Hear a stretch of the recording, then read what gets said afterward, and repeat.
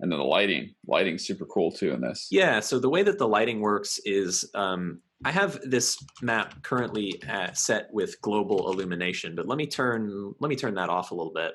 Let me get rid of these drawings. So one of the things I can do is I can kind of transition this map to nighttime.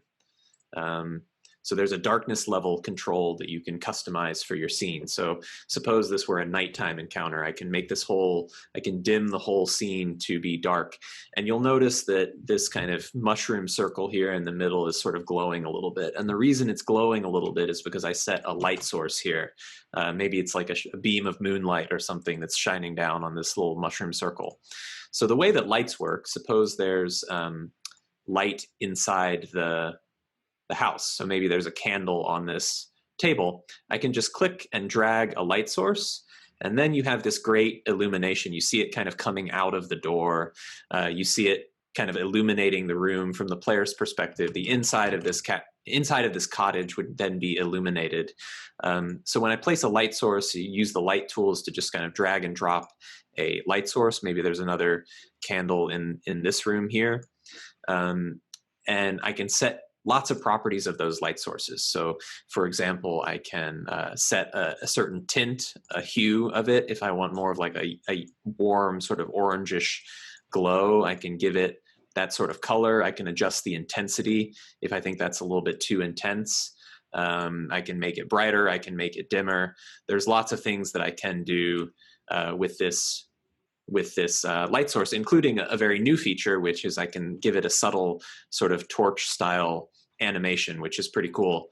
So now you'll notice that this light source is kind of flickering in real time, which is pretty neat. It creates a nice little sort of ambience that gives a little bit of extra immersion to your scene. Mm-hmm.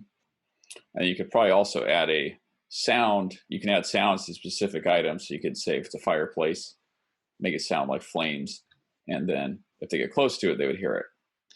Yeah, that's right. Let me see if I can have an example of that, because I don't know what files I have on this particular server where I'm hosting this right now. Yes. But I'm going to try and place an ambient sound, which is another very cool feature. Soundscapes, ambience. I think maybe I have something. Let me see here. Environment. Yeah, I don't know if you've improved it. When I first bought this in May, there weren't a lot of options for the sounds, and I kind of just didn't mess with them after that point. For like, individual things, like I was looking, there's nothing there, and I didn't feel like going around finding all kinds of sound effects on my own. Yeah. So there's not a lot of sound effects that are like pre-programmed in, but yes. Well, I was waiting for someone to make a module that says, here's all the sound effects. A sound pack. Yeah.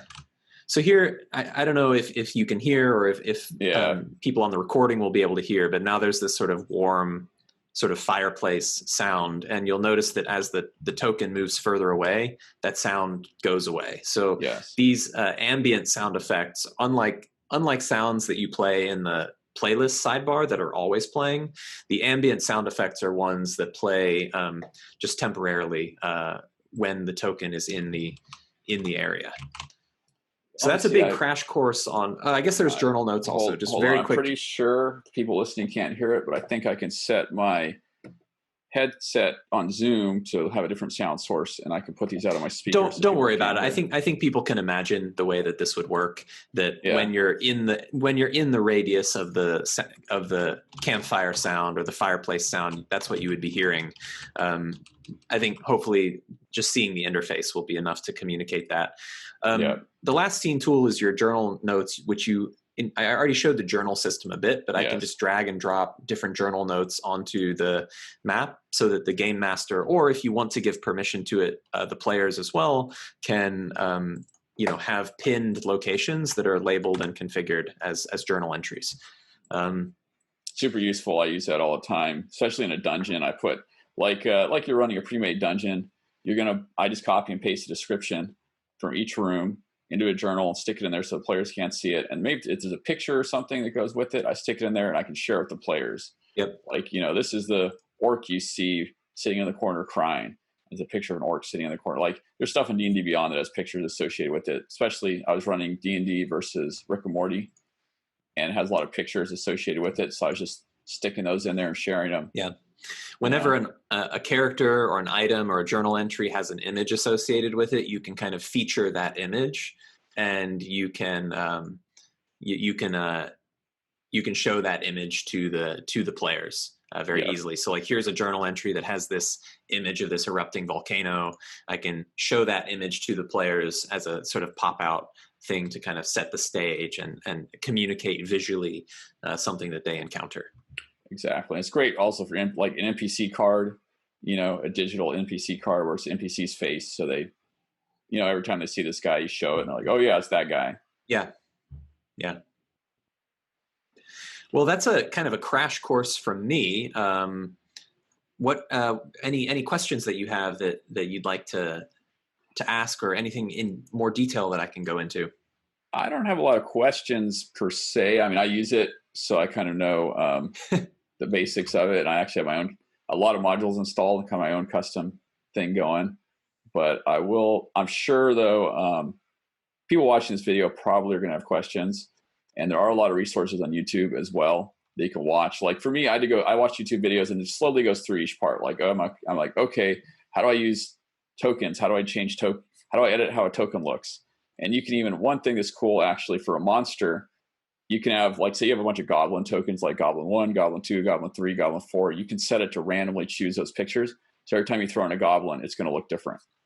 So your goblins aren't like cookie cutters of each other. I mean, I could show you I can share my screen, actually show my game, and I've got all that stuff set up. But like I have thugs, and everyone comes in as slightly different, right? Different color hair, different color clothes, whatever, just to make it a little more interesting for the players. That's those are some of the things that, like, the autonomy and level of control that you can get with modules to create just exactly the experience that you want. So I think in a lot of cases, like, modules, they really kind of get into like, what are your preferences as the dungeon master that, you want to have things set up in just a particular way. And I think there's so many awesome tools out there to let you do that. One thing I'll ask, so I haven't actually messed with the lighting like that. How do you assign a cone light to that character? Yeah, for any light source, it can be on a token or on one of the ambient lights that I just showed. There's some settings. I'll pull up both a token sheet and a light source sheet. Under the vision tab of the token, or just under the light source configuration, there's an emission angle field, which you can use to limit the angle of the light source. And so that would set that, like, either light or vision, it only can occur in a particular angle of effect. So you could use it for light. You can also use it for, say, token vision. Suppose I think that, this guy can only see sort of in an angle directly in front of him. He's not able to see what's exactly behind him. Maybe I'll give him like a 210 degree angle of sight. So you can kind of have peripheral vision. You can sort of see what's in front of you, but you can't see what's behind you. Some DMs really like that. It's good for things like running like a horror game or something where you want to have your players really have to choose, like, what direction are they facing, and then something can be sneaking up from behind them, where they don't get to see what's behind them, and they have to choose what direction they're looking in. So if you're doing like an Alien style, like crawling through the wreck of a stranded ship, very spooky, very tense, you don't want to let the players, you want to configure their tokens so they can't see what's behind them. So there's cool things like that you can do with the lighting system as well.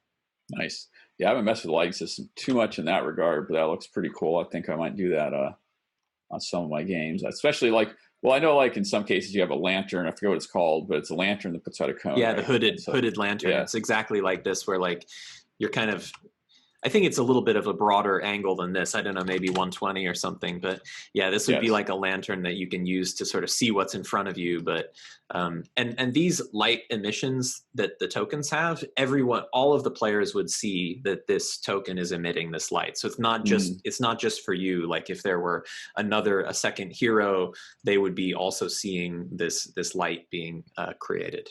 Cool, nice. And I had a thought there, but I lost it. So whatever. All right.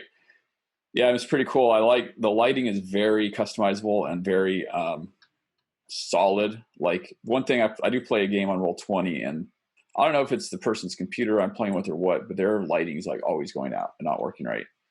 and you know, and I've never had a problem with lighting in Foundry, like not once. It always works how it should work. Oh, I was going to say, are you planning on adding a flicker to like if somebody's carrying a torch, for example? So you Yeah, could add so a that flicker. happened actually. It's not out for release yet, but that was added in the ongoing alpha version. So the next version that comes out will have that. So I can add, yeah. So now like you see this hooded lantern is sort of flickering a little bit. Mm-hmm. So yeah, so you can add the different animation types for light source animations, and that's a very new system. It's still kind of being worked on, but you can add this sort of torch flickering to maybe I'll make it a little bit less intense, maybe a little slower. I don't know. You can play with the different parameters of the animation. Mm-hmm. Yeah, that's a feature that'll be coming in the next stable release. Cool. Yeah, I like that. There's a lot of little things to add mood and ambiance in this thing too. I like it, especially if you throw in like a dynamic dungeon map. I'm not sure. I don't think most people are familiar with that, but basically it's a video map that loops through and has different things. Like you'd have fog swirling and a flickering torch, and adds kind of like this horror ambience type feeling, especially with the music, horror background music, and that'd definitely be very cool. All right, so I think that's it for now. So yeah, if you want to check out Foundry VTT, just you can give shout outs to your site and any related things you want to do.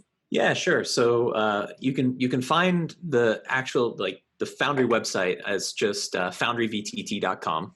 And that's where you can buy the software if you are so inclined.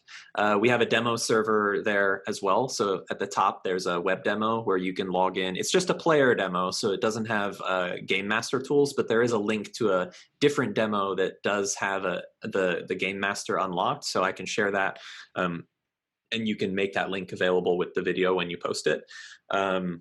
And yes, you can try out the software. You can purchase it from the site if you choose to. If you do so, thank you very much for supporting the project. It's very much appreciated. And I hope that some of you find that that Foundry is a really great tool for you in running your games. And I hope that it will help you to create more memorable experiences for yourself and for your players. So yeah, the website's foundryvtt.com. You can also find me on Twitter /FoundryVTT, as well as on Patreon. So I do have a Patreon. Patreon isn't required for anything related to using the software, but it is kind of an optional way for supporters to show a little bit of an extra level of support. You get some sort of exclusive access to some content a little bit earlier than other folks, a little like game ready adventures, as well as some other Patreon perks and like voting on the prioritization for upcoming features. But really it's just an optional thing if anyone is interested in supporting the project a little bit further. And yeah, there's a Foundry VTT Reddit, which is very active. Lots of great discussion there. If you want to ask some questions, before you think about getting the software, if you have a list of questions that you'd like to get answered. And then we also have a very active Discord server, which there's a link to that at the bottom of the Foundry website. If you just scroll down to the bottom, Discord is one of the links down there at the bottom. You can click that to join our Discord server. Both Discord and Reddit is probably the best places to ask questions and have those questions get answered. So hopefully you'll find our community to be very welcoming, and any questions that you have are ones that we can help you get answers to. Cool. Yeah, thank you. All right, so we're gonna end off here.